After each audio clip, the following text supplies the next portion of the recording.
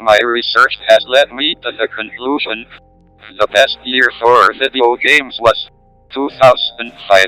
Yep, I couldn't agree more, Steve. If you have seen any of the other content on our channel recently, which you probably haven't, we've been covering a lot of 2005 games. This video will be adding another one to the pile with SSX On Tour. Now, we have already covered SSX, the series, in many ways. We've got an old review of Tricky, there's graphical comparison videos, and I've also done a SSX series overview. I'll make it quite clear straight off, SSX 3 is my favourite one of the lot, and it's probably in my top 10 games of all time. Part of this is that although all the games are fairly pick up and play and friendly to the newbie, later on the difficulty very much ramps up and it becomes a game of memory and trial and error. So the game that you've spent the most time playing is the game that you're probably best at, and it's therefore the one you probably like the most. I've previously said that I didn't think SSX On Tour was that good. However, after replaying it for the sake of this video, I've actually relented and I'm going to say it's better than my memory led me to believe. It's not saying that I didn't think it was okay before, but it always stood out as the second or third choice to me.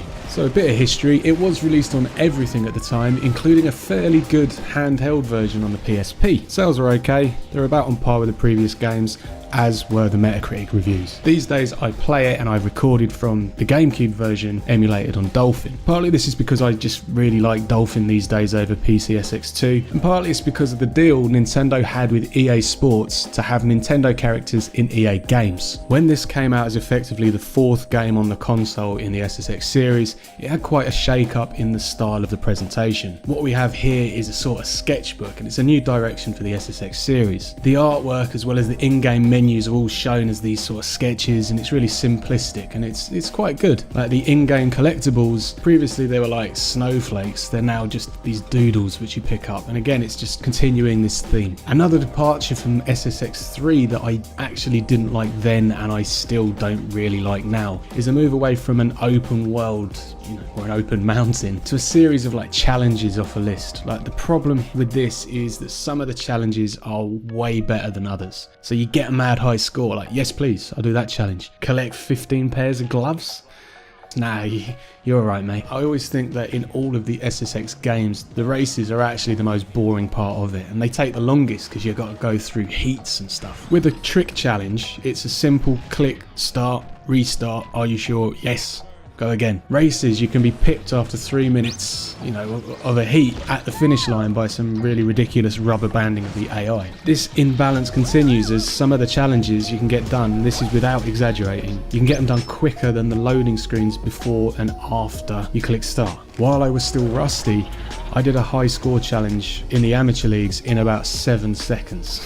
What you're meant to be doing is completing these challenges and working up the leaderboard, as opposed to in the first couple of games which would just unlock the next tracks, and the third game which was do the things on the mountain and also on the side collect things if you want to, or have a bit of a free ride. Fans of the series will also be a bit cheesed off that the roster of characters that have appeared in all the games are now background dressing, and the focus is almost completely on customizable characters. Unnecessary custom characters in games like this, and especially from this generation of consoles, was always fucking nonsense. It's like a committee made a decision that has rarely added anything to the game. In the games previously, you could always give like Kaori a new board and a silly hat, but it was still a proper character rather than one of these bullshit mannequins. This is then further made moot by having this emphasis on player-made characters and then sticking in Mario, Luigi and Peach. Of course you're going to use them. Getting on to a definite positive, the soundtracks of all the SSX games after the original are wicked. And on tour